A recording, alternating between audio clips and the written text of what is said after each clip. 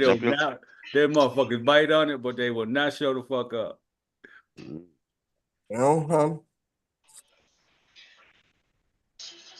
Yeah, see, I already know what I'm gonna do. See, I already got my shit planned. When I start shit, I start shit because I'm gonna win. Right, exactly. Why would you do it? Why would you do it in any other fashion, right? That's it. That's only. That's the only reason why I start. When I start stuff, when I started, yeah, I'm guaranteed I'm gonna win. I'm guaranteed to win. I ain't gonna. I ain't gonna. I'm gonna shut the shit. I I'll shut it down. Oh shit. Okay. Oh, I gotta fade out for a second.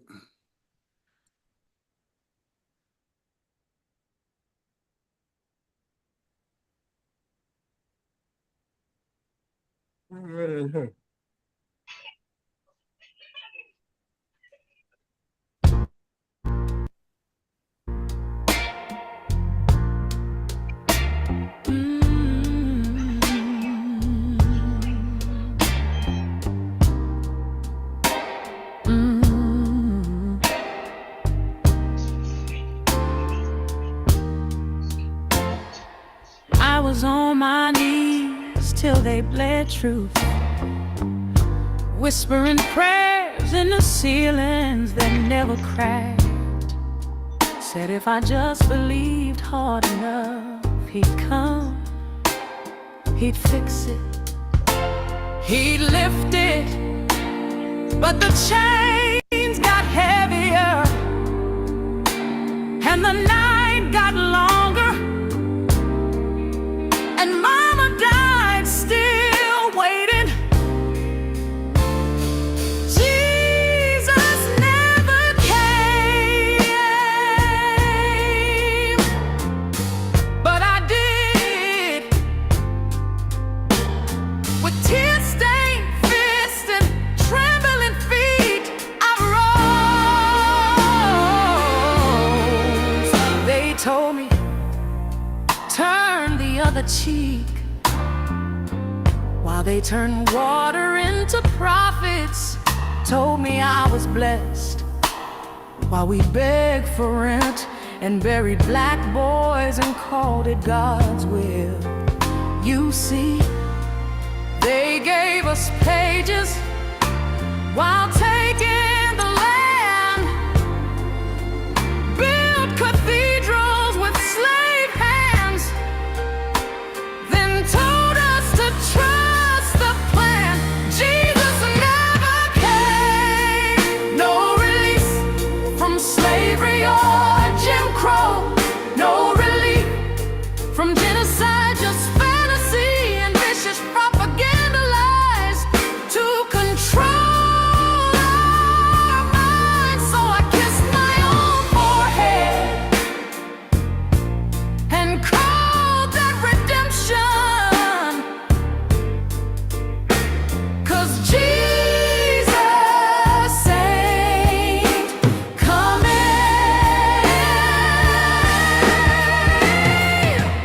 I saw pastors preaching with pockets fat, mothers crying by fresh dug dirt, sisters blamed for their own pain, and still they say,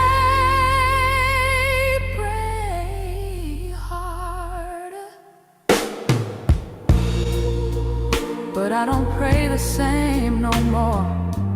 I speak, I rise, I write, I sing, and if there's a God still listening, she's got hips like mine and eyes like fire, and she don't need no middleman. Jesus never came. No release from slavery or Jim Crow.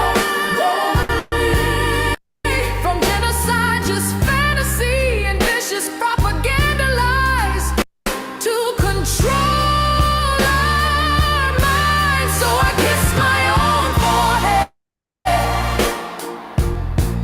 and call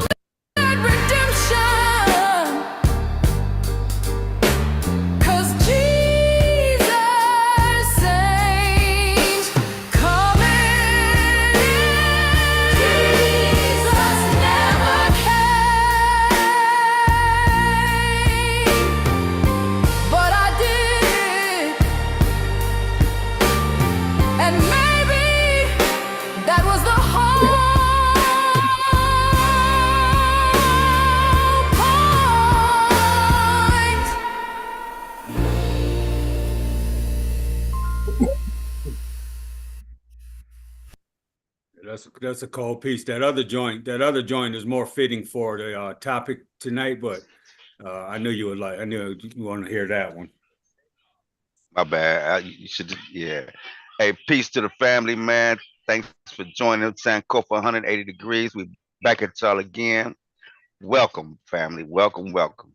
Hold on for a minute. Let me see. Let me do something real quick.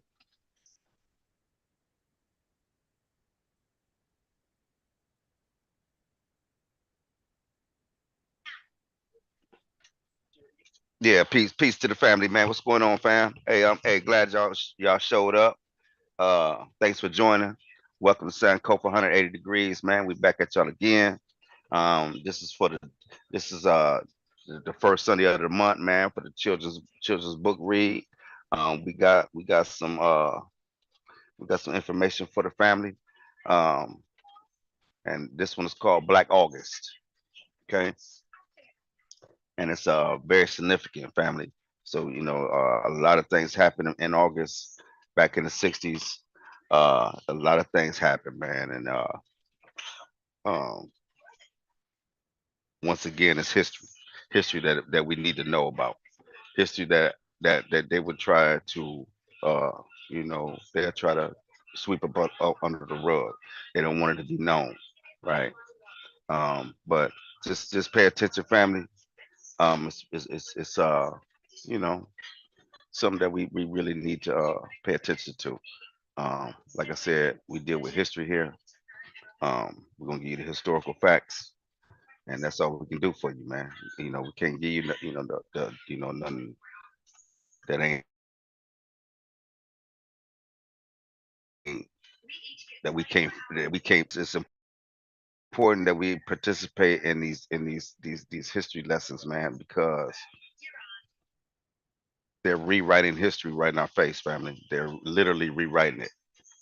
You know what I mean? And and like I said, 20 states in the United States that are not allowed to teach Black African history, and it's more to come.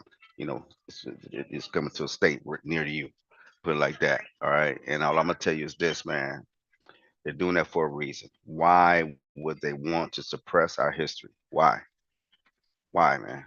Why would they want to do that? It's very, very important that they do that. Very important to the fact where they'll make it against the law. Here in Florida, it's a you go to jail. The curriculum. Any teacher caught teaching Black African history, that's a crime. You go to jail for that. So why did they do that? Why did they do that, man?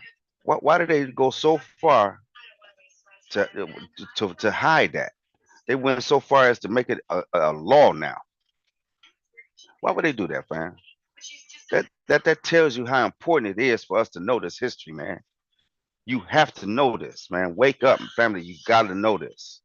You gotta know this, man. It ain't no if ands. It ain't no other options, man. You have to know this.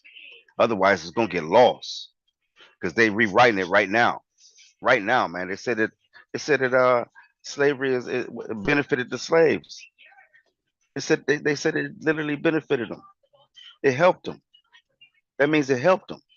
How? Right? You talking about people that built? Look at that structure behind them. Look behind Gerald. They built stuff like that. What kind of skills can you give them? Look at those structures, man. Man, our people built that, man. You don't find that nowhere else. Nowhere else. And all I'm saying, man, is important that we know our history, fam. We gotta know it, man, because it's gonna get lost. They trying to hide it right in our face, right in our face, man. Just like we studying Kemet and Sumer and the Hebrews and all these other civilizations. They're gonna be studying and trying to figure out was there slavery. That's what our kids gonna be thinking, trying to figure out, was there even slavery? They gonna, let alone go back to Kemet. They the question is, was there ever slavery? Now. So family, if you know that our history didn't start with slavery, and that we have a really, really rich history, and that if you followed that history, if you went back and followed that history, man, you would see where all this stuff you we you could walk from 4000 BCE to 2025 CE today. We could do that, man, and you'll see that you'll see where everything came in at. You'll see where it all came in at, man. You'll see it. You'll see where all the religions and all this stuff start trickling in, man. You'll see it, man. You'll see where these people start, and so you'll be able to see the whole picture, man, to where no one would be able to trick you. No one would be with a book, right? So anyway, fam, hey man, Unc, peace to the panel, Gerald, Unc, peace to y'all, man. Go ahead, Gerald. What's up, man? Talk to him, King. What do you know? What to do, Gerald? What do you know? What do you know, man? Peace Peace and to you. power. Having meal, black orange. We're going to do a book reading, but we're going to do some teaching about black orange. That was on the background. Significant part, dealing with revolution. That's trying to get our freedom, our liberation, man. So, they're going to deal with a little bit of that tonight. But I'm going to turn the floor over to Up real quick before I do a little long presentation, but peace to you. My man. Peace to the panel. Peace to the gallery, the drive-buyers, and the conscious people, man. Everybody waking up, man, and I like that. So I ain't gonna do too much, man. Typically have the children's book read for the first Sunday of every month. So we're just gonna switch lanes and talk about Black August. And Gerald gonna take care of that. Jamie, thank you for providing every week, twice a week. Just busy schedule, and just the dedication is awesome, man. And I want to send out positive vibes and divine healing to anyone that's out there sick and suffering or going through, crazy shit. Just know that there's positive vibes and divine healing coming your way. And I want to lift up Mo for his little condition and what he's progressing through. And thank you for the positive affirmations and the ancestral works that took place with my brother's healing. So big ups to that. Really? Big up, Mo. Get well soon, man. Get well. Sending you them positive vibrations and the divine healing energy, Look, man, get well. And come on back and kneel with it.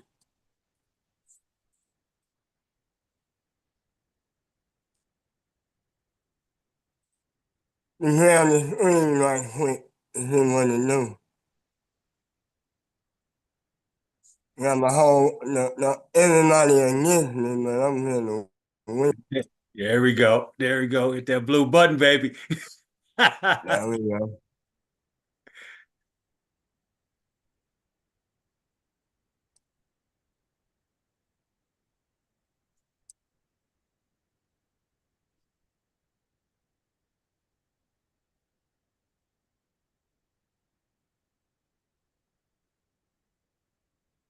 All that black on there. Black. We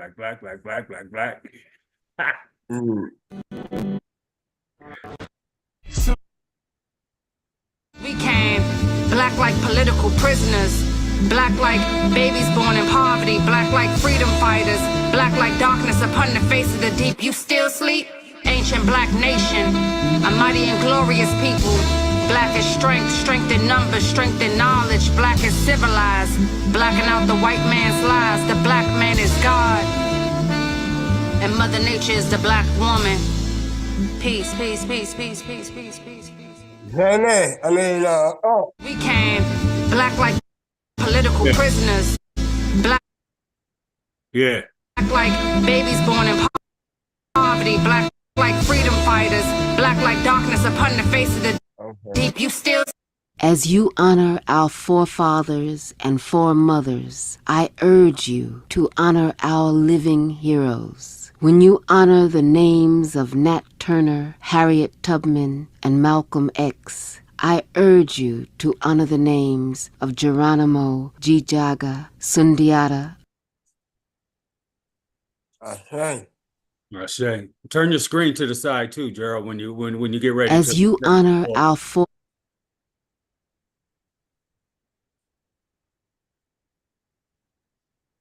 Uh-oh.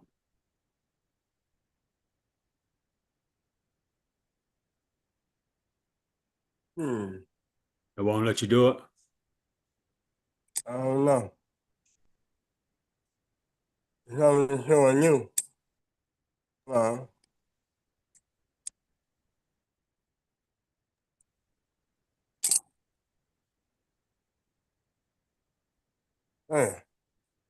Can't do it?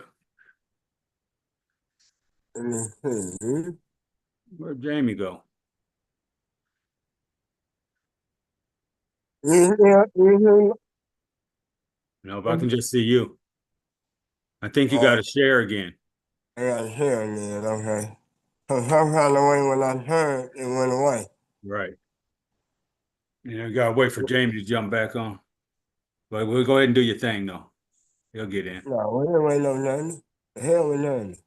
You got to get away in. He mad because my shit working. Hey, Jamie, I'm talking shit about you. Oh, what'd he say? He said you busted to the left because you was mad because this shit was working. Y'all see this right here? Yep.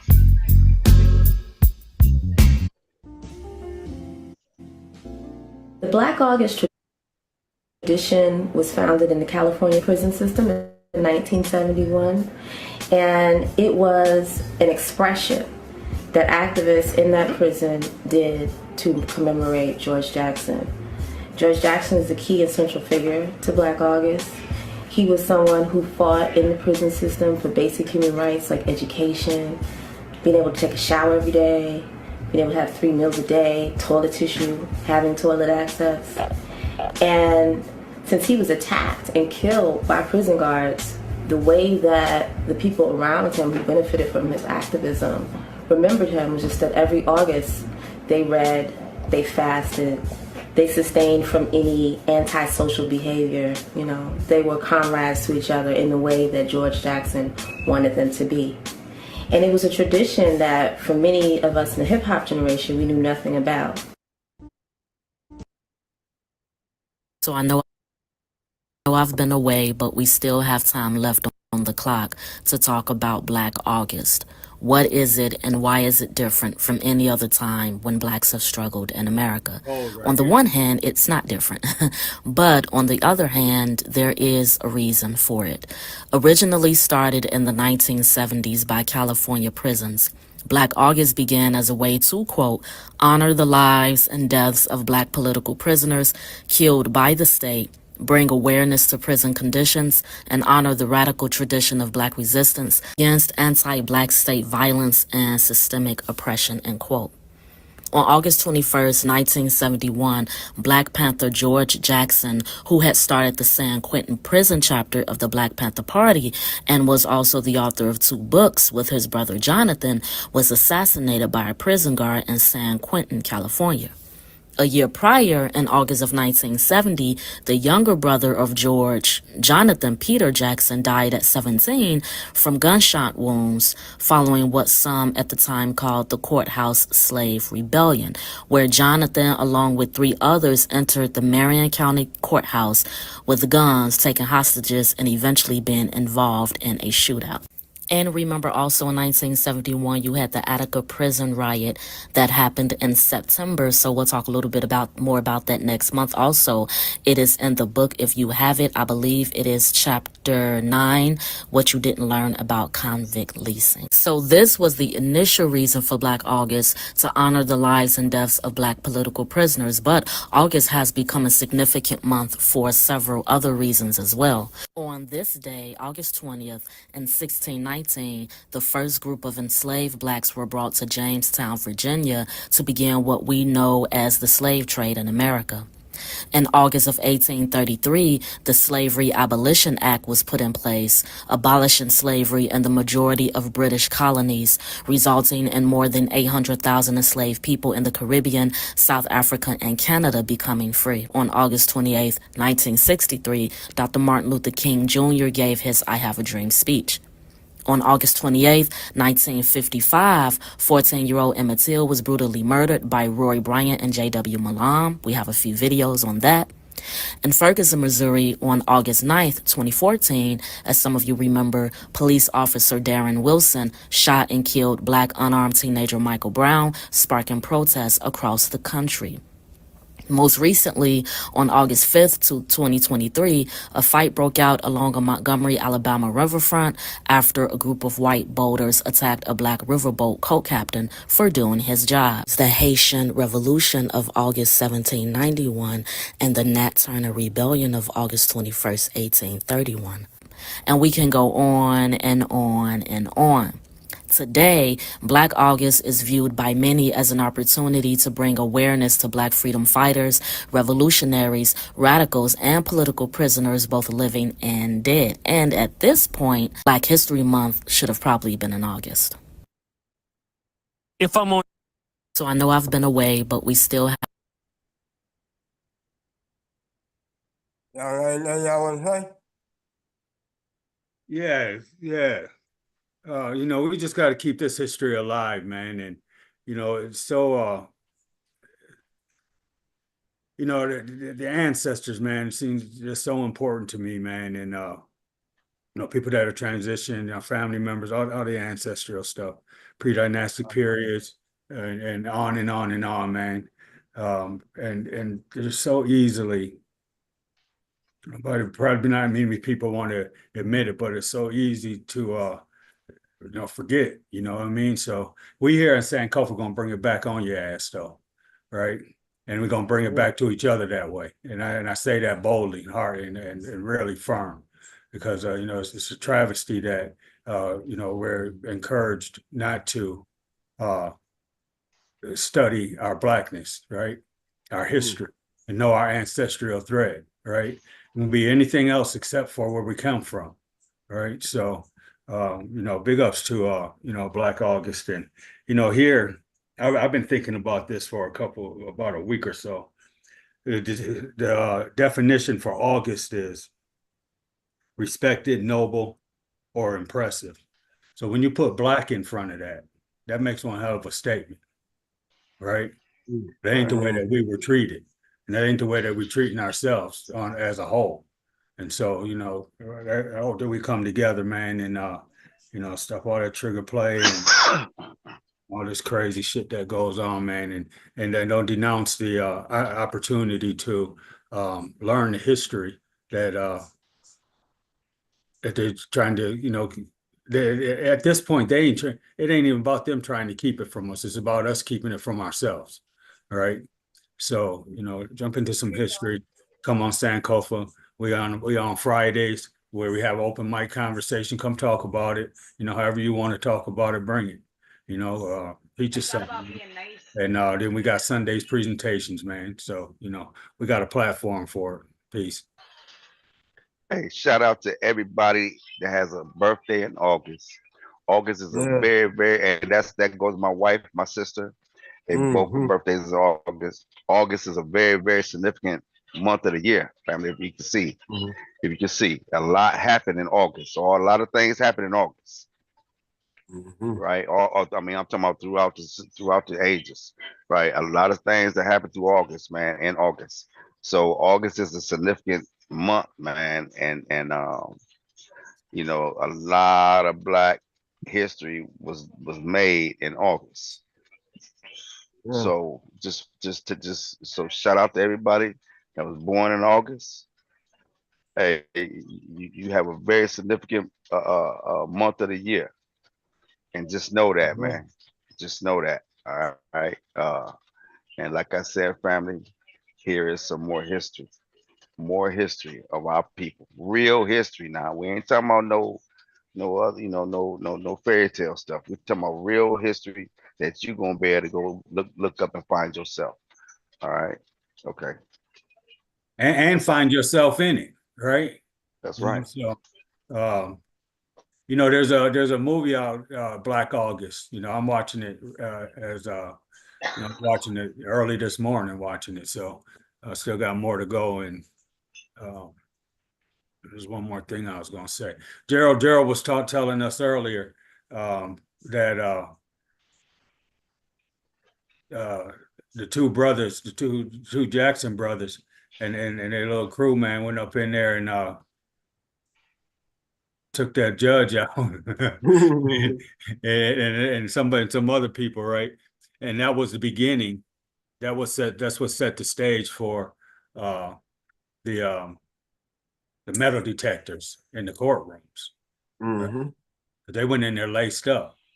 They went in there laced up, armed up. So Yeah, yeah. yeah, just more history, man, that we weren't taught, man. And you can just research this stuff yourself and find more. So And so why ain't they teaching this in school? Why? Why ain't they teaching this in school, man? Why we don't know about this? Why we don't know about this, man? These things that went on, man. This is history. I'm just want to know why we didn't know about it, man. Right? because we What? savages, we ain't no good, man. That's what they want us to believe. We ain't no good. I just want to know why we didn't. When Nat Turner when he did his rebellion, why they didn't teach about Nat Turner, man, and his rebellion, man? So they did because because check this out, because they did call themselves teaching about slavery in school. So why they didn't talk about these rebellions, man? Why they never mentioned nothing? They were never mentioned. Never ever were they mentioned, man. It was all about roots. That's as far as we got was roots, Right. right? So I'm just saying, like you didn't we didn't get that. That's all we. That's as far as we went. Roots, Yeah. you know. Uh, so why we didn't know about these things, man. Nat Turner's and uh uh them Mark Bessie and all these brothers, man.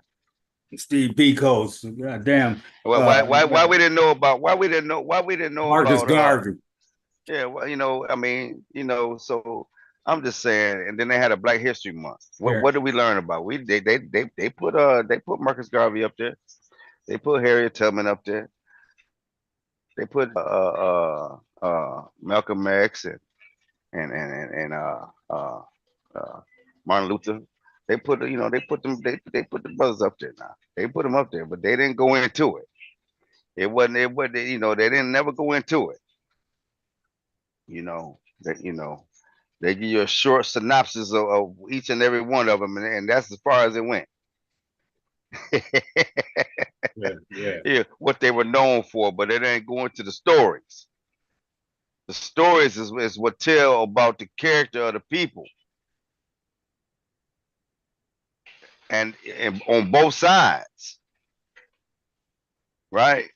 So but again, here we go trying to sugarcoat it and not make it so bad. Now we to the point where it benefited them. It helped them. We saved them. We gave them skills. Hey, we gave them skills. Like, you know what I'm saying? That's where we are now. We gave them skills, uh, you know, and we helped them. We civilized them. You know, number one, you know, they weren't even civilized. So I'm just saying that's where we are today.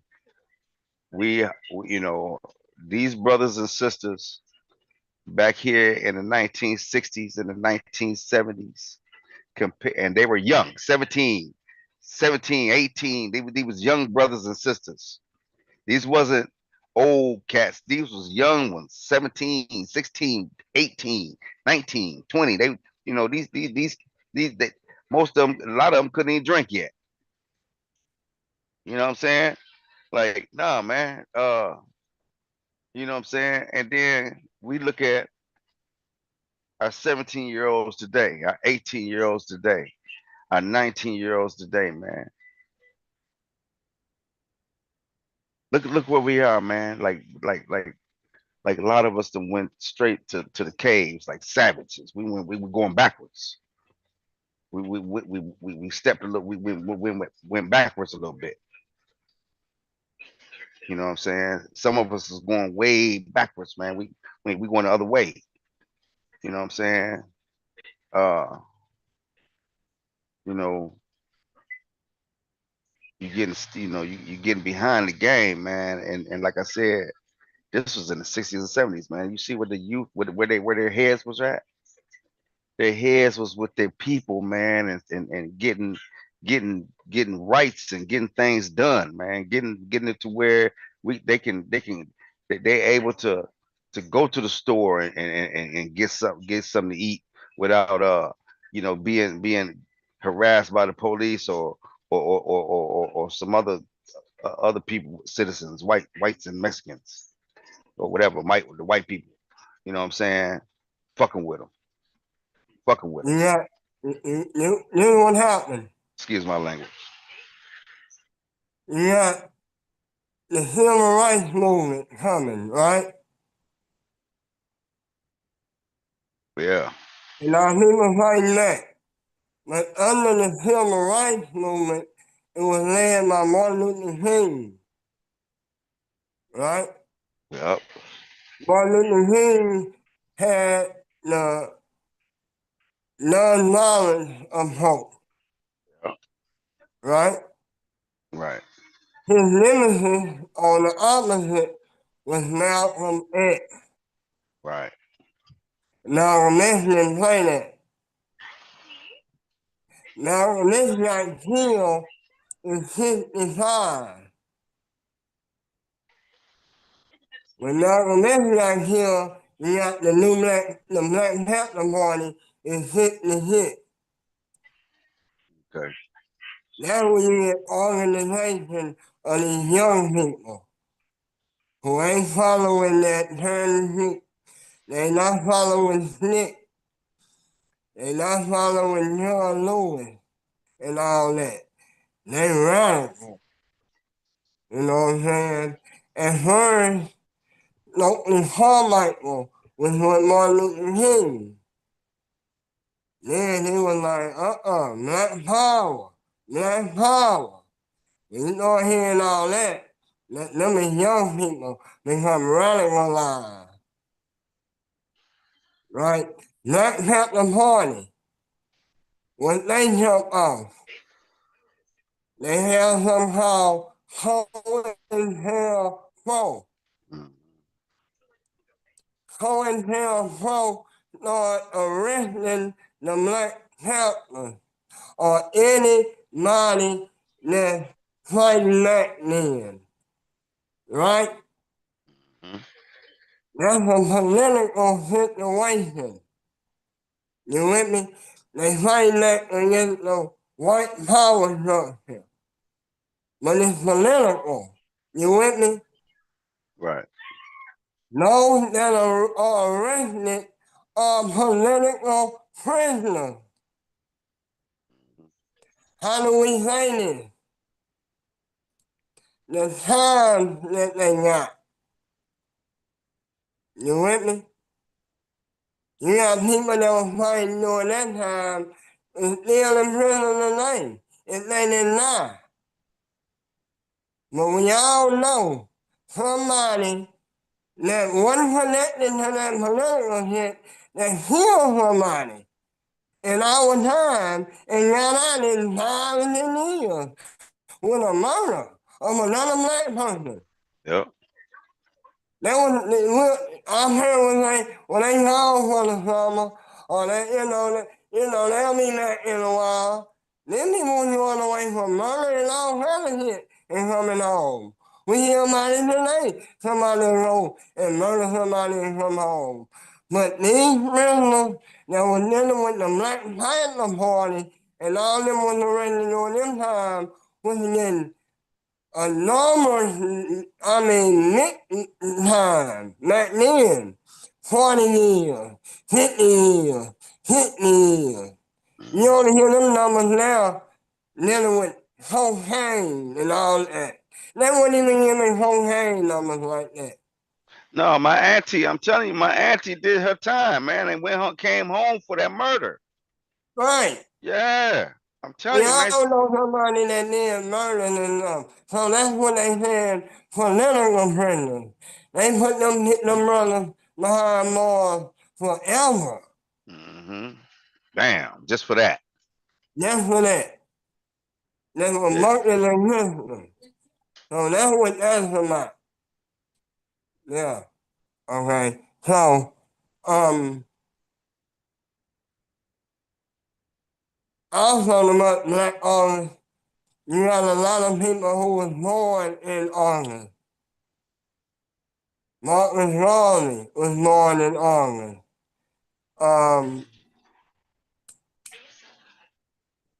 Goddamn. Fred Hampton was born in August. When we talk about John Jackson and George Jackson, they both died in August. Nat Turner did his rebellion in August. That's right. There's so much stuff that happened in August.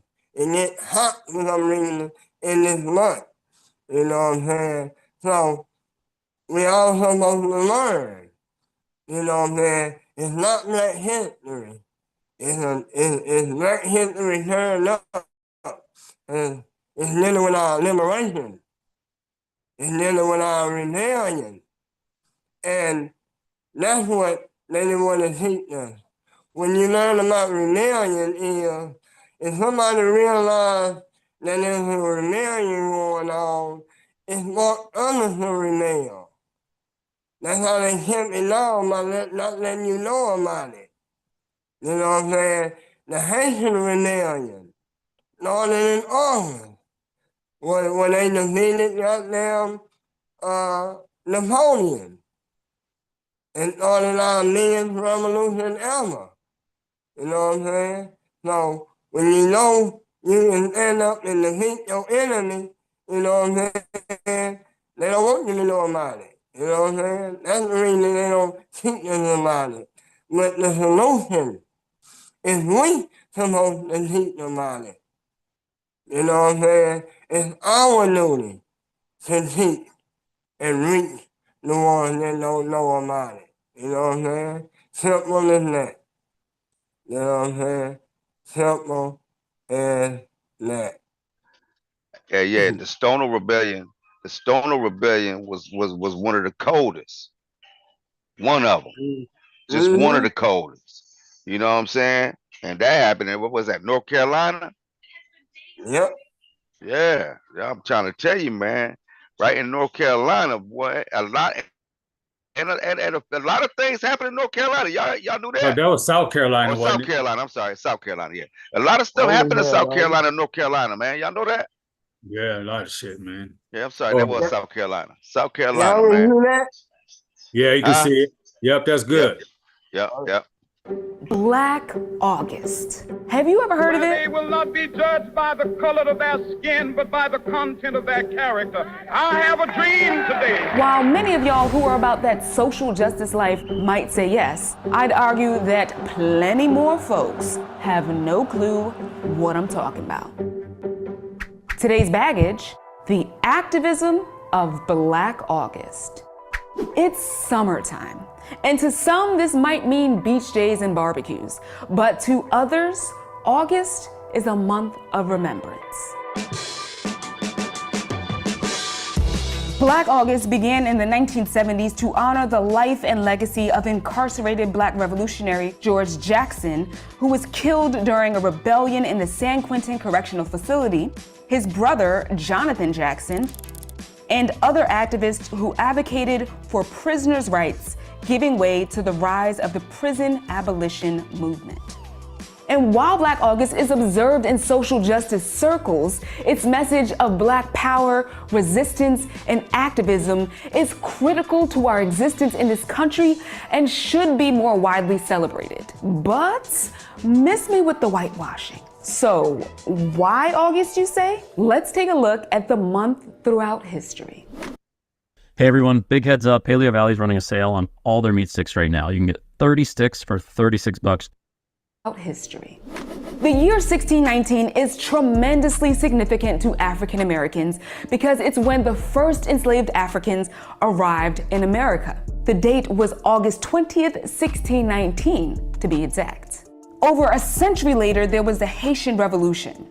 On August 14, 1791, Toussaint Louverture led an army of enslaved people, which ultimately resulted in Haiti becoming the first Black republic in the world. Then there was Nat Turner's Rebellion, which popped off in August 1831. Overseas, Britain's Slavery Abolition Act, which abolished slavery in most of its colonies, took effect on August 1st, 1834. But the legislation was first passed on August 28th, 1833. Which brings us to another monumental date in Black history. Ava DuVernay highlighted August 28th in a film for the Smithsonian's National Museum of African American History and Culture back in 2016. August 28th is significant because it's the date of Emmett Till's murder in 1955, MLK's I Have a Dream speech and the March on Washington, which took place in 1963, and Hurricane Katrina became a Category 5 storm and hit land in 2005. And in 2008, Barack Obama became the first African-American presidential nominee. I accept your nomination for presidency of the United States. Many prominent Black figures like Henrietta Lacks, Marcus Garvey, and Chairman Fred Hampton were born in August, and many of them died in this month too. And now back to the origins of Black August. Freedom fighters, resistance organizations, Black liberation organizations have really been taking the month of August, not just to honor the memory of George Jackson's life, but really to challenge the multiple systems that killed him. The systems that continue to criminalize Black bodies, the systems that continue to imprison and enslave us, the systems that continue to render our communities unhealthy and over-policed. Brittany Packnett Cunningham is an activist, educator, writer, and host of the podcast Undistracted. And just like Juneteenth, Black August is something that is coming more and more into the American consciousness. I don't get mad at Black folks when they don't know about Black August. There is an investment by the powers that be who would much rather maintain white supremacy culture and dominant culture status quo. And that is much more easily done when Black folks don't understand what we are capable of and can't see the evidence of how we've been freeing ourselves for generations. Before we get too far ahead of ourselves, it's important to note that Black August is not Black History Month. After all, Black History Month was started by Carter G. Woodson and was initially Negro History Week. Its aim was to promote the study of African Americans and their contributions to this nation. Packnett Cunningham says that both Black August and Black History Month are distinct but critical. Black August challenges us to look at the systems that rendered Black people silent in the first place. Black August really pushes us to say there is a reason why we have to create these distinctive moments and distinctive opportunities for us to shine the light on ourselves and each other. So how do we not only shine the light during a Black History Month, but how do we challenge the systems that silence us during a Black August? And many of the ideologies that shape radical Black thought that were critical to Black August were conceived by Black women. Like Angela Davis, the revered political activist who aided George Jackson's escape attempt. Or Assata Shakur. And Audre Lorde, who Packnett Cunningham reminds us has said that self-care is an act of political warfare.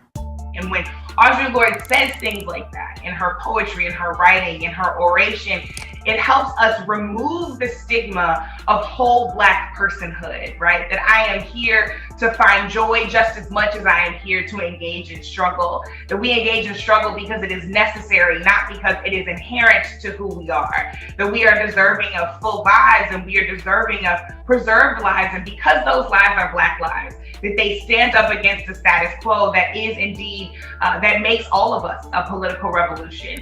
We've got filmmakers, we've got photographers, we've got folks who challenge the very notion of what it means to be Black, even for Black people. And that's the provocative thing that we cannot forget about Black August. Audre Lorde was a Black queer woman and an activist. She, along with revolutionaries like Marsha P. Johnson, shaped our understanding of Black liberation, as did James Baldwin and Bayard Rustin. Today, many would argue that Black liberation has become more inclusive. So liberation isn't about just being liberated from whiteness and white supremacy. It's about being liberated to live in your full and complete truth without the gaze of anyone. Danielle Moody is a Black queer woman who is also the host of the Woke AF Daily podcast. She says that the idea of Black liberation has shifted. When I think of Black liberation now, I think about the liberation of Black trans women. I think about the inclusivity in which we use the term Black, right? And we think about liberation and what safety looks like. Because then it was trying to just be safe from the police, to be safe, in our homes. When I think about safety now, right? I mean, to be safe in my skin, to be safe in my body, to be safe how I show up. And as a Black queer woman, for me, that means the ability to show up as my full and complete self. While both Moody and Brittany Packnett Cunningham believe that Black August should gain more awareness beyond social justice circles, they also caution against the observance becoming too mainstream or whitewashed. It's so difficult to maintain integrity of Never sue the other driver after a car accident. There's a better way to get paid a way bigger check without having to go to court. Of these movements and these experiences, because anytime that things become mainstream, right? Like Juneteenth is now going to be a federal holiday, right? But at the same time that you want to make Juneteenth a federal holiday, you also don't want people to understand the context in which Juneteenth became a day of recognition in the first goddamn place. In the centuries since the first Africans were brought to America, we've had to fight for our liberation every step of the way. And today, in the 2020s, we still fight for our full and uninhibited liberation, which includes voting rights, access to health care, and education, among other issues. But is Black liberation an ideology that is at the very core of Black August an achievable goal? I have to believe Black liberation is an achievable goal. That kind of critical hope is what helps you keep going when it's difficult. I have to believe that Harriet Tubman felt like Black liberation was an achievable goal. I have to believe that Fannie Lou Hamer believed that Black liberation was a goal. I have to believe that Ida B. Wells knew that Black liberation was possible. And so if they can believe that, then I can most certainly believe that. It's hope that looks at the evidence of Black freedom fighters throughout generations who have made us more free today than we were yesterday. And that evidence, that data lets me know that it is possible. Indeed, Black liberation is still the end goal. And that means working and fighting for a future when all Black lives matter. While Black August dwells in social justice circles and is very much preserved by activists, it is imperative that we amplify the message of Black power and keep the revolutionary flame burning, now and forever. What's up, y'all? This is Felice Leon, host and video producer at The Root. This will be the very last episode. That's cause ship me that, Gerald.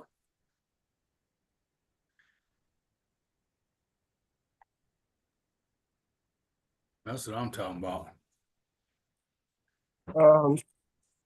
Yeah, that's right there, man. Really? Yep. Yeah. Yeah, that was nice. I got one problem with it. Black August is not about, you know, that whole. Queer shit. I know that. Yeah. I know they kind of put that at the end, and that's Black liberation. But Black August is something totally different. You know, the first part when they were talking about. But I say overall, great information. Yeah. Hey, do you got something on the Jacksons and Angela Davis? If not, I sent you something, but it's gonna be controversial for sure. You know, because it's them gray boys talking shit too. But I Yeah. just want Hey, to. My purpose of that is, and we don't have to. I'm just saying my purpose of it is to just shine a little more information on the Jackson brothers and Angela Davis. yeah, and all the sisters and brothers and sisters that she mentioned too, Yeah, that man. that should be well known, you know, in the history books, in in Black History Month and Black History Year.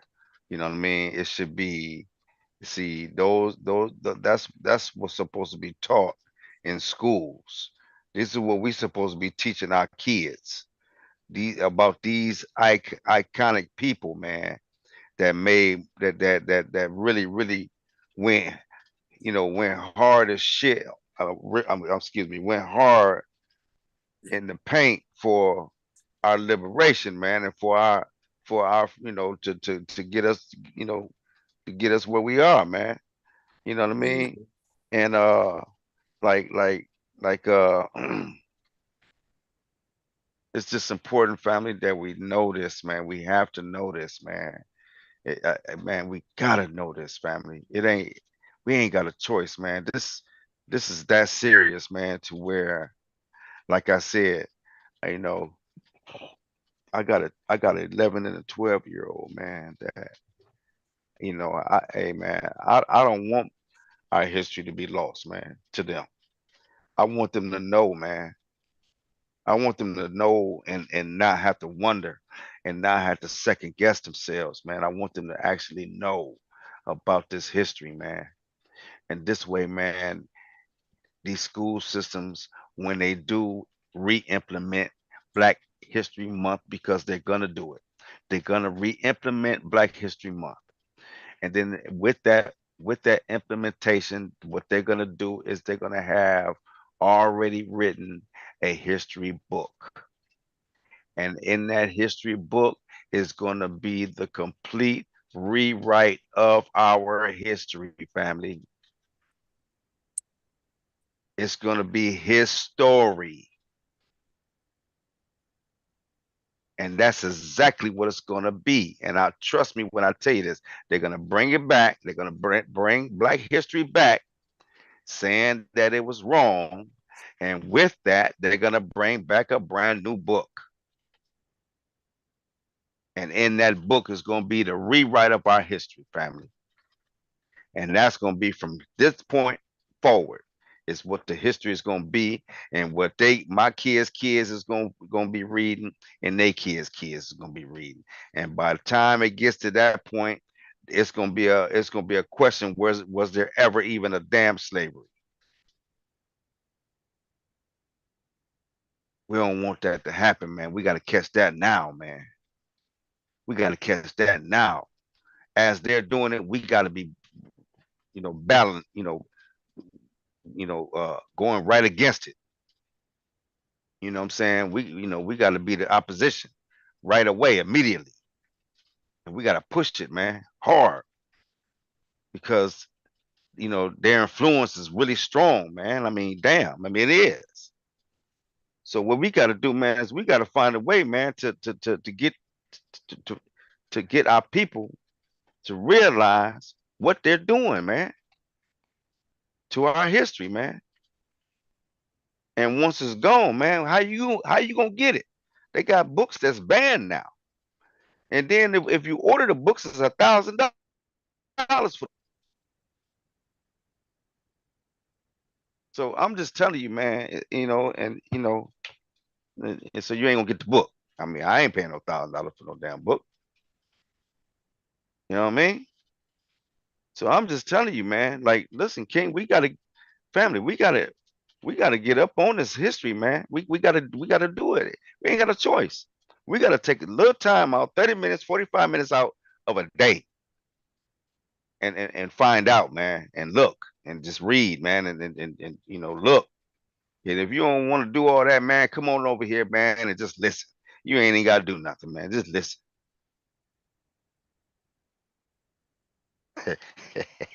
We make it easy for you. Yeah, man, we'll read it for you, man. Yeah, we ain't got no problem with that. We'll read it for you. Look around and ask a question. We're gonna look it up and research it if we don't know. I'm just telling you, man. Like, look, family, we gotta know this history, man. It's imperative, man. We don't have a choice, family. We don't have a choice. We are at war. We have a history war here, and they winning. They winning, man. They winning, and we losing. And the only people gonna suffer is our kids, man. And they kids is going to be one suffer, because what's going to happen is they're going to get a chance to repeat that damn history, man. They're going to get His story. they're going to get a chance to repeat his story. They're going to get a chance to repeat it, man. If you ain't paying attention now, man, just look at the chain of the current events that's going on right now today, family. What is the government doing, man? What are they doing, man? Huh? The whole purpose of the Second Amendment was directly for the government, man. You overstep your boundaries, man. We can make your ass step back. It ain't nothing like that now, baby. They done switched the whole game. Yeah. I'm just saying, family, and that's because we don't know. We didn't even know that damn history. We ain't even know that history, and that's the reason why they switched it on us. You don't even see. You don't even get it. You don't even get it, man. The Second Amendment was the whole purpose of the Second Amendment was just in case the government got too big for its britches, and you was able to bear arms and able to push their ass and straighten their ass out. Try it now. Right. Try it now. Yeah. Try it. Let me see you try it. See what's gonna happen to your ass. Try it. And all because you know why? Because you didn't know. And if you did know, you ain't understanding. Because if you'd understood it, man, you wouldn't have let it get this far. You would have never got this far.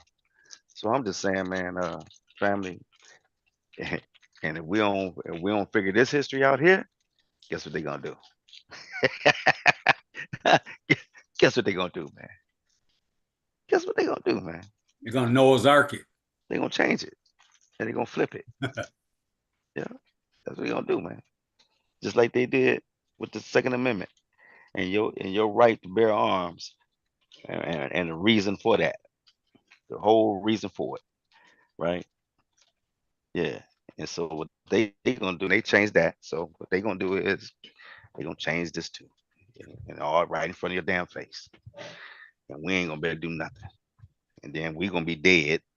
And then our kids gonna come up not interested, talking about some goddamn drill music. Right.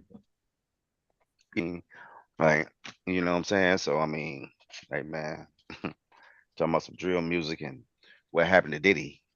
You know what I'm saying? what happened to Diddy? You know what I'm saying? That's what we up on. We up on what's happening with Diddy and you know, you know what I mean? We that's what we on. We ain't on what really count, and that's shit, losing your whole damn way. You see what they doing? They're trying to deport your ass, Mexicans, and whoever else they can. They trying to get you up out of here. They don't give a fuck if you ain't from there or not. They can you go in there. We gonna pick a spot for you. They going there, you know what I'm saying? So you see what's happening, my family. And I'm gonna tell you right now, man. Just keep on watching Diddy. Y'all keep on watching Diddy. You know, and you know, yeah. keep on watching Diddy, man, Uh, and Them pay attention, huh? We was talking earlier about them revolutionaries, man, was so young back then too, man, Yeah, and how we missed the whole goddamn boat, man. missed the whole game, man. We missed the whole fight. We missed the whole fight, man. I don't know what you know what I'm saying. We missed the whole fight. We out here fighting the wrong motherfuckers, man. Yeah, I know I was. yeah, me too, man.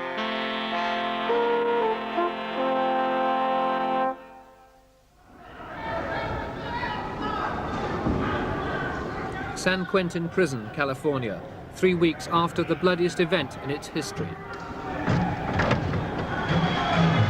Would have rather seen some black centered, but you know, that's just the way it is. You know, it's necessarily correct history, but regardless.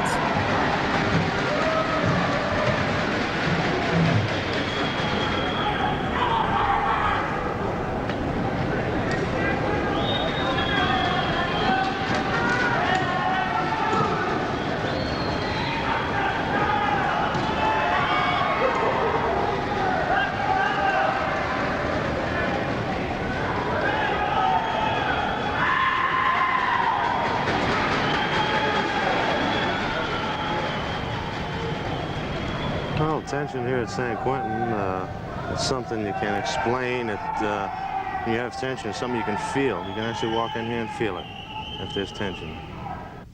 We have the Ku Klux Klan and the Black Panthers who would like to get at each other's throat and who use every opportunity to inflame racial tensions. Well, we have different groups in the institutions such as Nazis, Black Panthers. Nazis? Nazis. What are they? Well, they're just a group of fellows. Now, I don't know, some of them are pretty good people that I have to deal with. Now, whether you want to call them radicals or not, I don't know. But being a Nazi, I would say radical. Maybe divided in racial groups, you know, the Mexicans be on one side, and all the brothers be on one side, all the whites be on another side, you know, and it's constant tension, you know, in this yard. It's constant tension in this institution. I imagine it's constant tension in every institution around the world, you know, but I believe more so here. Like I said before, I don't exactly know why, you know. It's like just the smallest incident, some of the, you know, the simplest thing can touch off a race ride or some kind of ride, you know. If when the white sticks a brother, then it's automatic retaliation. Violence is no stranger to prison life. Prisoners live on top of each other 24 hours a day. There's no ghetto or white suburb for them to go home to. The authorities accept this state of undeclared war. Some guards actively encourage it. If one inmate is attacking another, at least the guard isn't getting hurt. What was new and alarming was that inmates should suddenly turn their violence against their keepers. Since March, we've been having problems racial-wise. It was blacks against whites and then vice versa. Now it's almost seems like everybody's against what they call the greenies, which means the officers in green uniforms. So we're always looking out behind our back all the time. Tension had been mounting here at San Quentin Prison for several months. With encouragement from black militants and radical lawyers outside, more and more black inmates were becoming politicized and organized inside the prison walls.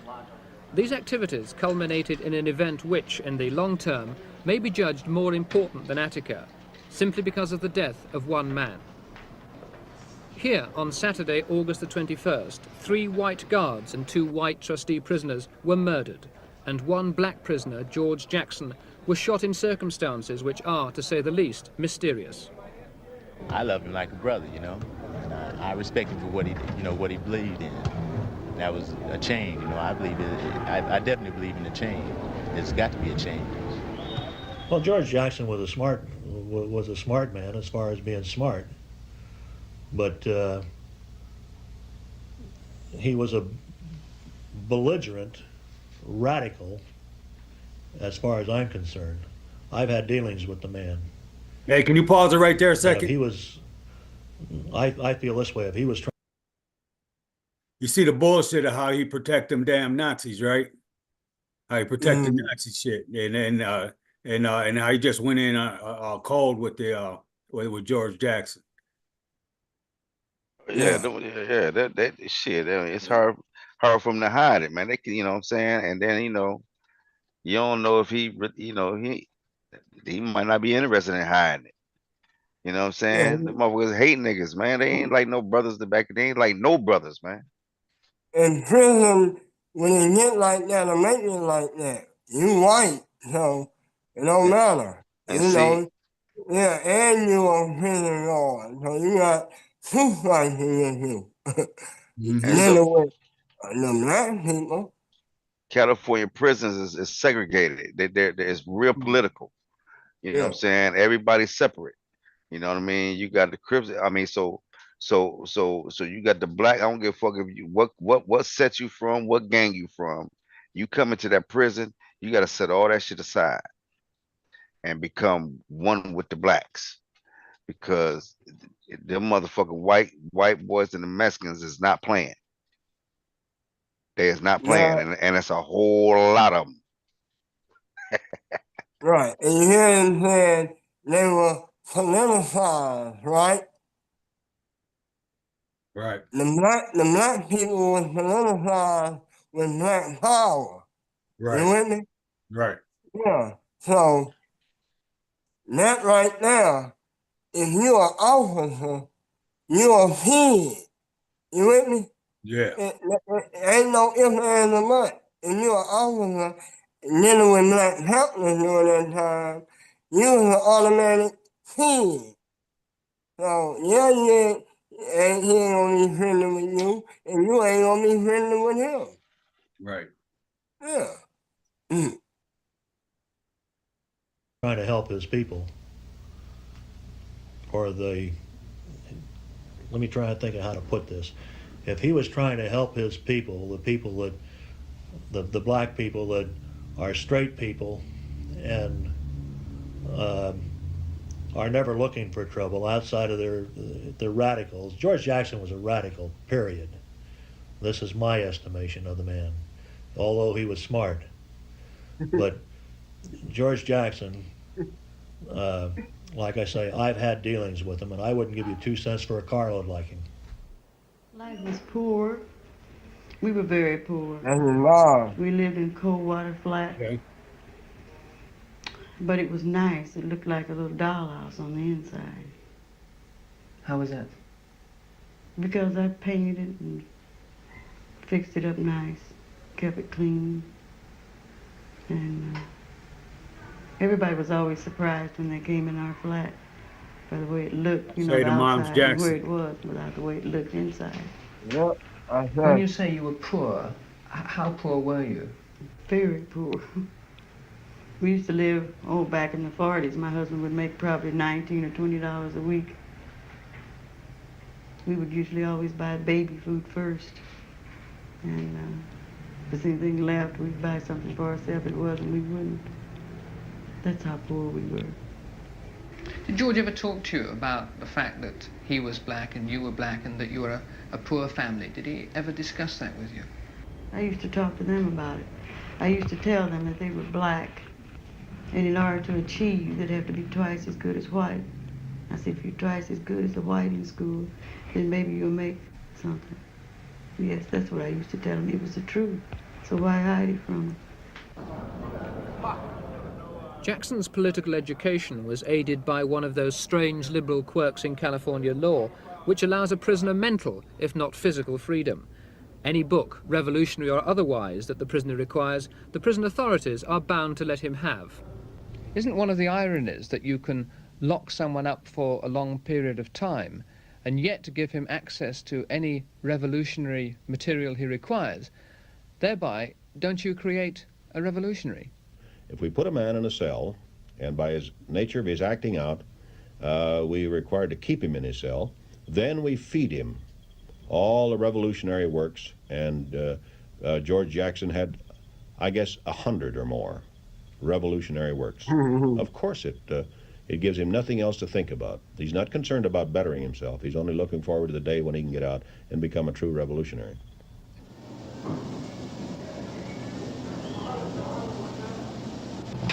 You guys want to step out in the chair?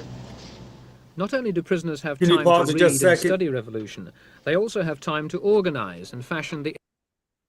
So he's saying like being a revolutionary is so bad, right? You just got to demonize that.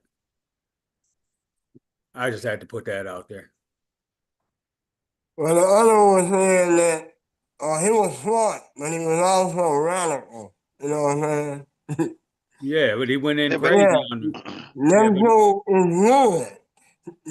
To be smart and radical in the system is right. You know what I'm saying? The right, system needs to be resolved. So all the revolutionaries don't change it. right, Simple as that. We resisting the system. right. so when So you when go ahead. so when you so when you bucking the system like that, you making you making their accomplishment impossible or even harder. You know what I'm saying? Being a revolutionary, right? Because you pushing against what they push, and so by you doing that, you making it harder on them. So yeah, they hate you for that. Because it's supposed you ain't supposed to do that. You supposed to just lay back and let it happen, and But you mean not fuss and fight like they're what doing you now mean today. a hypocrite? Your forefathers is revolutionaries, you motherfuckers. So how you gonna know that's how America was started? By revolting against Great Britain. Hollering about some goddamn fascists. That's how America got started. Revolutionary. Every goddamn July 4th is a revolutionary shit. So what the fuck is y'all talking about?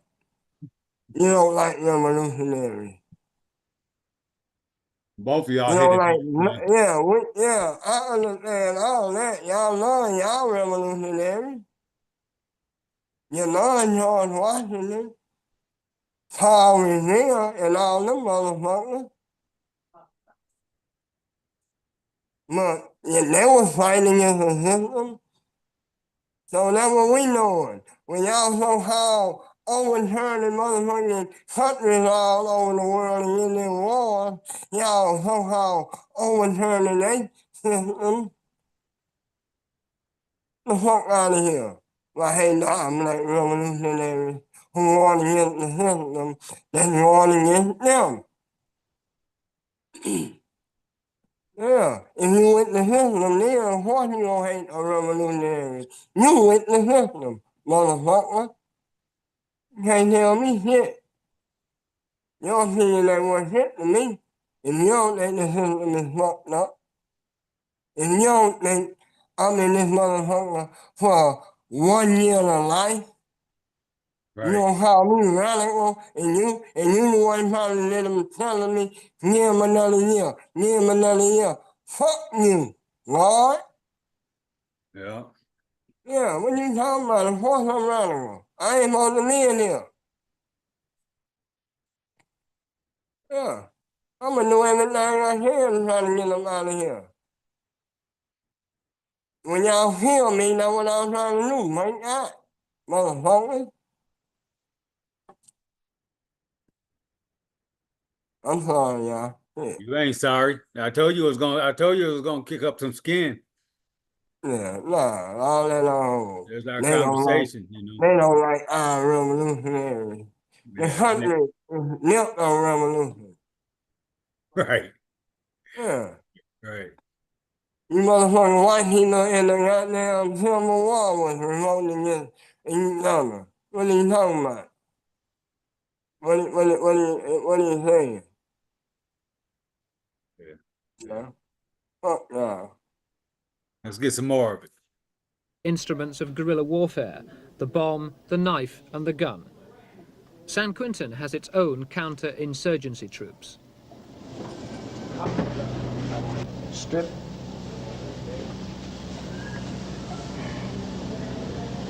Take your pants off. Yeah, they brought the guerrilla warfare into it. See your shoes.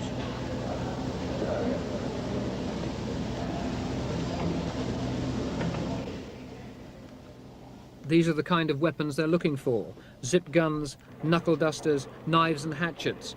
They may be crude, but they kill.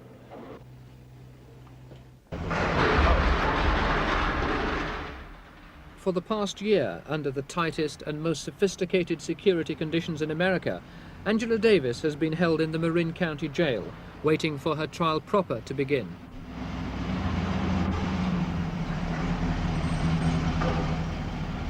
She had not been allowed to give any television interviews. Our attempts to film an interview with Angela Davis are perhaps the best possible indication of the kind of fear and tension that surrounds her.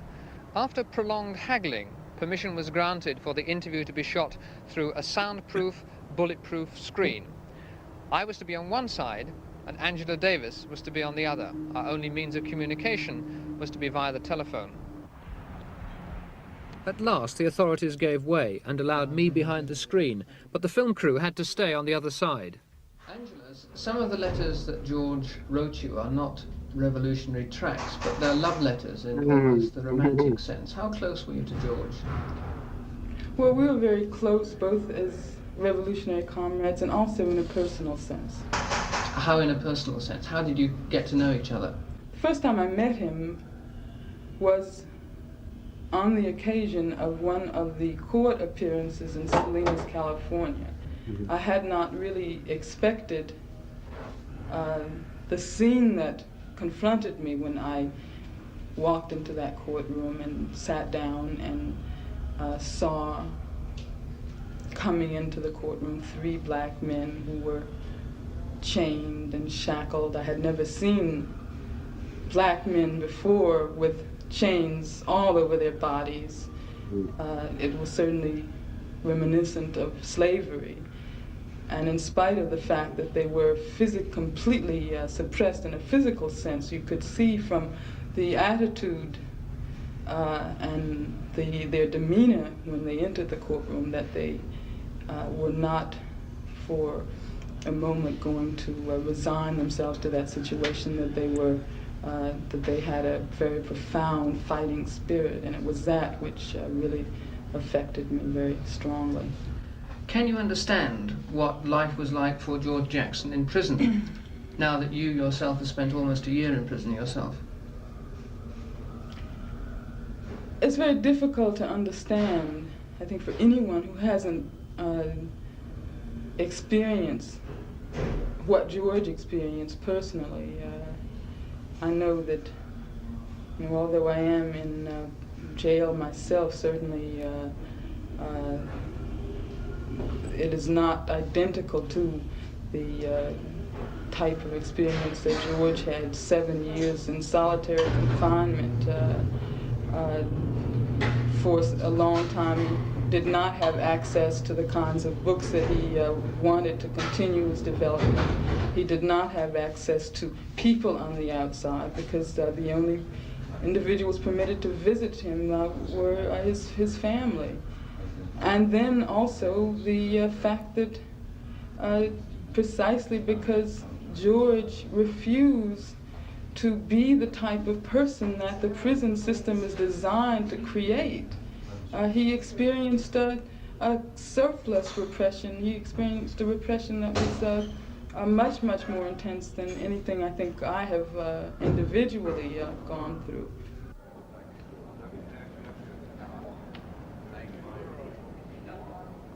Three weeks ago, on August the 21st, at San Quentin prison, George Jackson was killed, 2 days before his trial was finally due to begin. This is what the prison authorities say happened on that day. Stephen Bingham, a radical young attorney, came to visit Jackson and passed through a metal detector like this, which bleeped.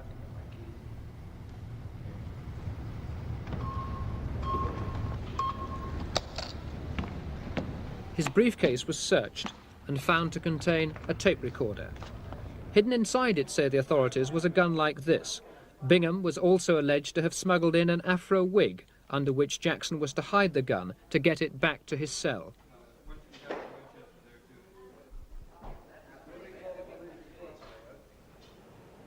Jackson then walked through this door, so the authorities say, across the front courtyard of the prison and back to his cell in this block.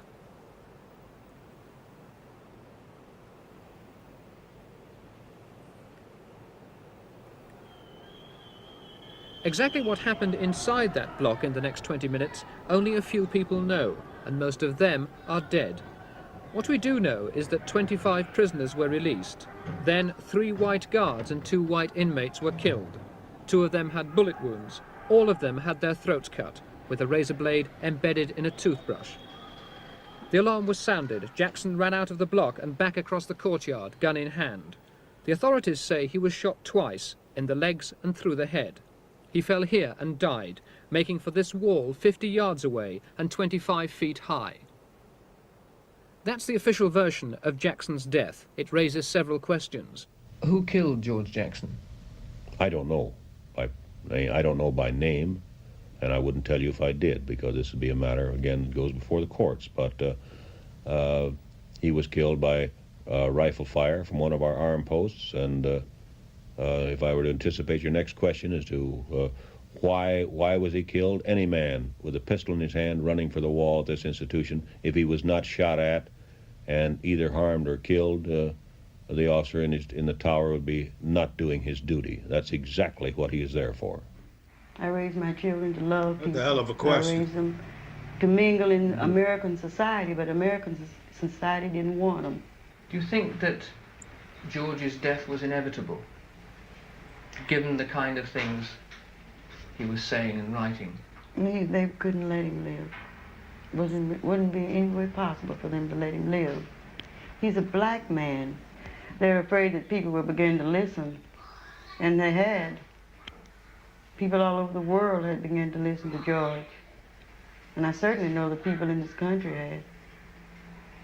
That's the reason why they framed him to be murdered the way he was, to try to discredit everything that he had said, to try to paint him as an insane maniac, an animal.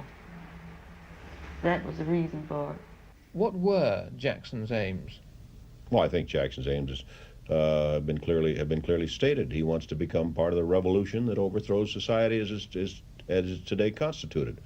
The establishment in this country, and of course, as part of a worldwide movement. I don't think any question that he was dedicated to violence. His writings clearly state that he's dedicated to violence. That he didn't intend to ever get paroled from the California prison system.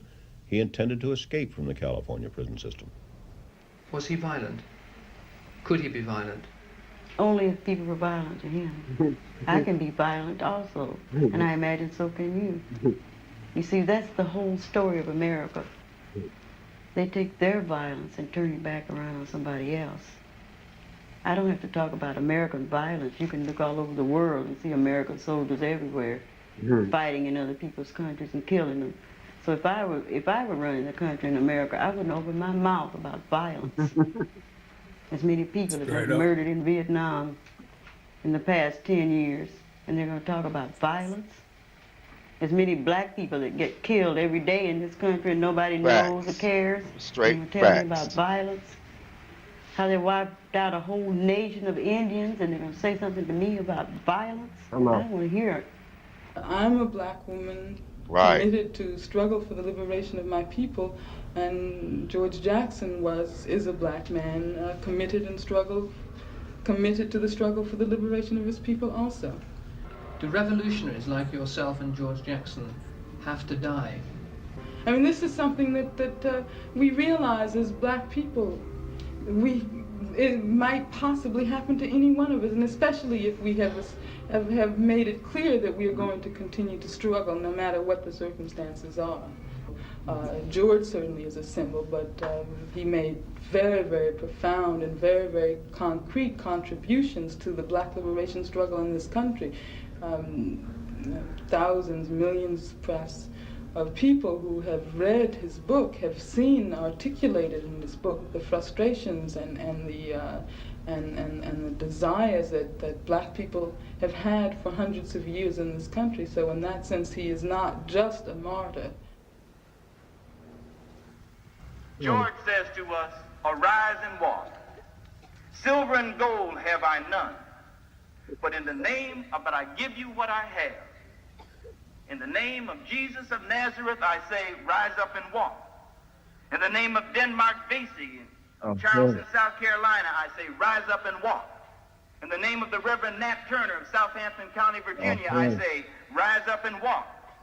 In the name of Frederick Douglass, in the name of W.B. Du Bois, I say, rise up and walk.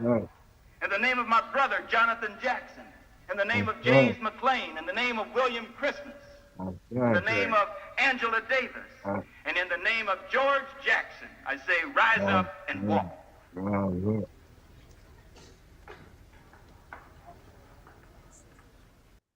Here we go. Black August. Already. Black August. Yeah. Yeah, I like that you guys share what you share, man. It's really intricate stuff, man. So yeah, wow. Wow. Yeah, man. Hey, like I said, man, that's those names that was just mentioned. You need to know who they were, man. We need to know who they were.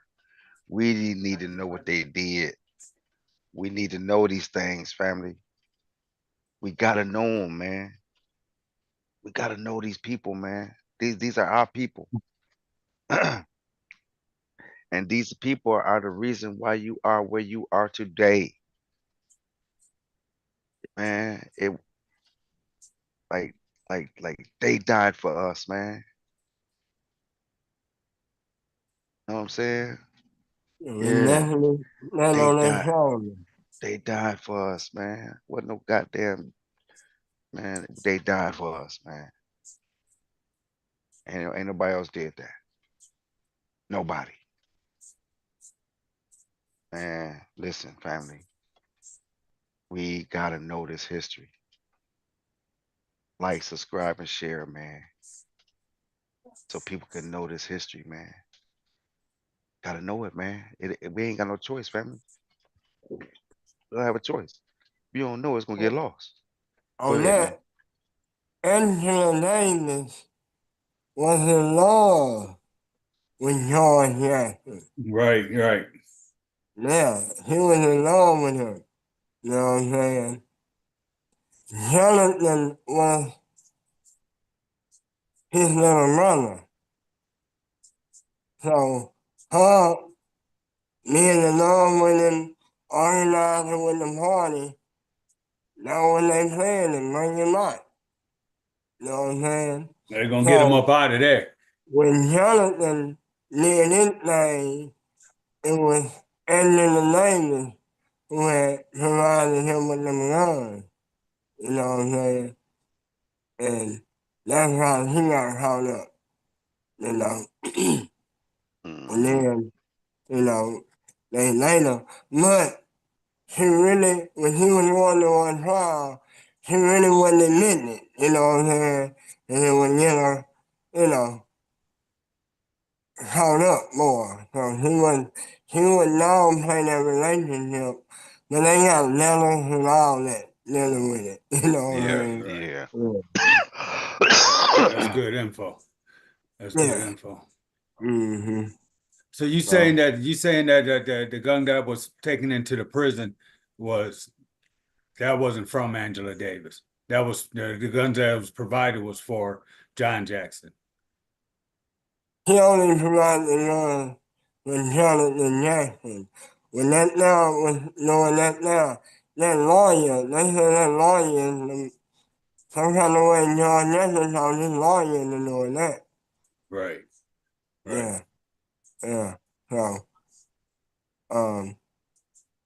she was already in prison caught up then. It was a whole year between George Jackson dealing with his and a whole year later.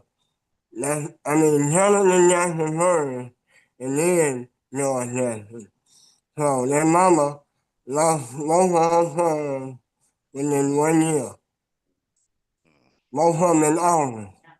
Wow. Yeah. Damn. One August she lost one son, she reading about that. Then next August, the big brother tried to get out himself, and he died. So, Wow. Black August. Black Oh August. shit. Yeah, that was a good presentation, man. That whole thing, man. That was good. For sure, man. For sure. I appreciate that, man. That was beautiful. Uh, uh as always. Hey family, like, subscribe, share, give us a comment, let us know what y'all think, man. Give us a thumbs up, man. Let us reach more people, man. You know what I mean? Help reach more people, family. You know what I'm Right saying? in. Just like, help us get out there. Oh, we ain't hurt nobody. We ain't charging nothing. This don't cost nothing, man. We ain't looking for no cash app, no PayPal, none of that mess. All right. We doing this, man, because we love you, man. And we think that this is something that our people need, man. Our family need this. You know what I'm saying? From the grown-ups to the kids. We need this. We gotta have it. We gotta have it, man. I mean, we ain't got no choice, family. We ain't got no choice. Yeah, yeah. We ain't got no choice. H-Town. Already representing. Yeah, this is good, Kings, man. Thank you. I'm gonna ride out. Yeah, man. I'm trying to do this.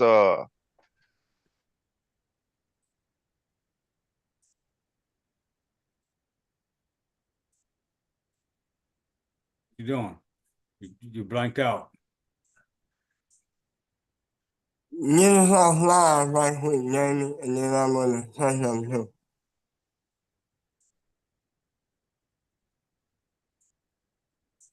Oh man, you got stuck. Yeah, I got a project for his ass. Uh-oh.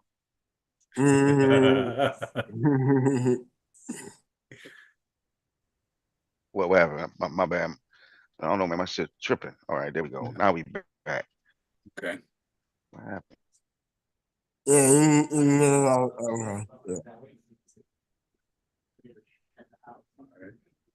I'll be coming back on in just a minute. YouTube is still on, ain't it? Yeah, we can get it live. Yes, everybody, thank you for giving some views to this video. Feel free to share it however you want to, talk about it, chop it up. It's out there for content for you to do what you need to do with just hope you do it respectfully. And whether you disagree or agree, man, use it. It's all good. Come on Friday night for the open mic conversation and chop it up with us, man. Build with us. Open mic night. You bring the topic and we'll talk about it. And then Sundays, man, we do a presentation. Every first Sunday is usually for the kids, man, but we use this one for Black August. So thank you again, Gerald, for the presentation, man. Oh, no problem. Most people know about it. Then most people on the position type and want to learn, and know about what our people was being involved in. You know what I'm saying? And like I said, you ain't gonna learn it in school. So don't be ashamed that you don't know. And one time I didn't know about it, okay? What you do know, and you find it interesting, share it, or try to come among other people with like mine and heal on it. You know what I'm saying? But it's just beginning, really on what, night 3? Yeah. Yeah, and you try to put it out. You try to put something out every day this month, you know. And again, it's something that we didn't ask no permission. It's like official. And this is something that, revolutionaries want to recognize other revolutionaries, you know. Right. And nigga, something like that. It ain't gotta be official, But we gonna do it unapologetically, Right. you know. Yeah. That's the time, you Yeah. know. Oh. Yeah. Yeah. Oh. Then like you said with that manner behind you, they ain't goddamn official. Yeah. Yeah, Yeah. yeah. Yeah. That's what's Exactly. up. Black History Janet, 365. yeah, Janet and George Jackson. Already. Yeah. Say. Say. Yeah. That's right. I don't know what Yeah, happened. talking about an hour on man to play. It's computer. Then turn off. He can't even get that wrong. No, you know, them black, them black always ask them to turn the shit off. Exactly. Hey, and it's weird too because the YouTube is still on and the Zoom is still on, but his shit ain't working. Yeah. And I We don't know gotta why my hang volume wouldn't on. work. I don't know why my volume wouldn't work those times either, man. It's just the weirdest shit with computers. And y'all got that. I listen to you. Y'all got that trash.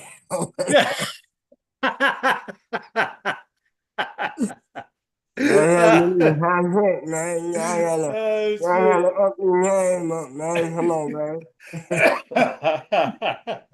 If we gonna be professional on this here goddamn forum, man, and pushing it out to the people, man, y'all gotta up your game up, man. This man, we on here live, and this man done went all the way off. God damn. Come on, man, you ain't hanging off.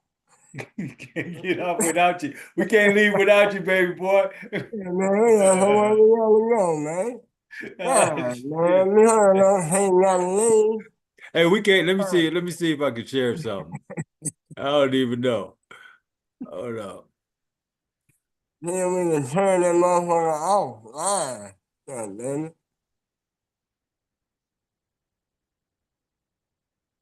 Let's see.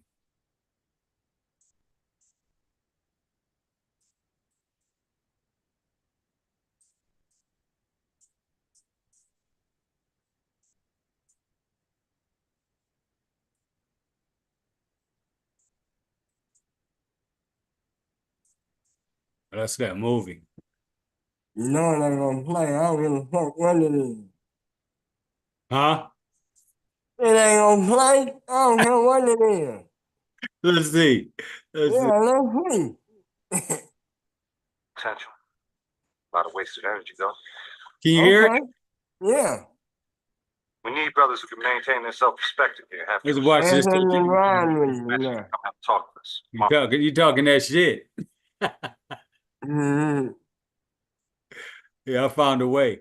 Yeah, let's just watch a little bit till Jamie come on. I ain't been watching the whole movie.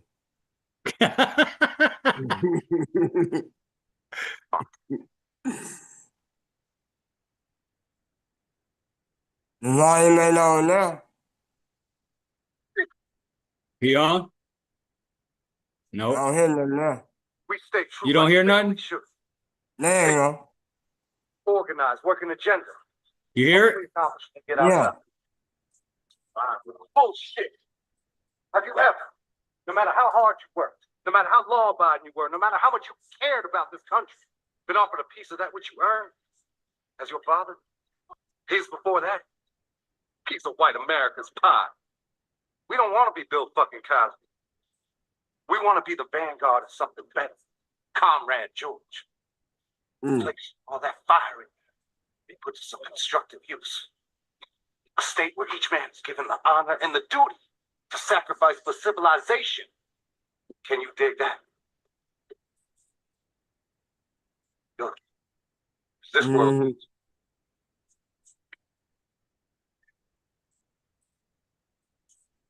Oh, you've got some good books already. You got some more books. Keep reading, keep writing. You get knowledge up. These were written around the same time I started to take my education to a new level. They told me that by that point you'd already done several years more than the average inmate on a year-to-life sentence. Can we talk about that? Because I never completely understood it. One year to life, man. It makes perfect sense. All you have to do is surrender your will. They'll let you out in 12 months. I think that white man Dangling the that we in possibility this for, of parole. if I'm not mistaken, that white man we in this for with Angela Davis. Hold on 1 second, Gerald. Hey, can you get back on? We still on live. They did it, man, but I don't know how I can't get back on, man. I don't know how the fuck what they did, man. This is like it's retarded, man. I don't understand it. And look, this on it does this every something going on with Zoom because it's always telling me Zoom is not responding and all this bullshit. All right. Okay. Zoom, but I can't get back on. I don't even see y'all nowhere. Yeah, and I don't know how to get off it. Like I'm just sharing the Black August movie on there now, so it's still on, but I don't know either. So we just gonna sign off. Me and Gerald just gonna sign off. Yeah, just I guess, man, because it ain't no, it ain't. I don't see it nowhere, bro. I don't know where y'all at. Okay. Gerald gonna call you because he got something he wanted Hopefully you. when we sign off, the live fall off. Hopefully. Yeah, that's what I'm saying. Gerald saying that hopefully when we sign off, the live will sign off. Let's just try it, Gerald. All right. I'm out of here.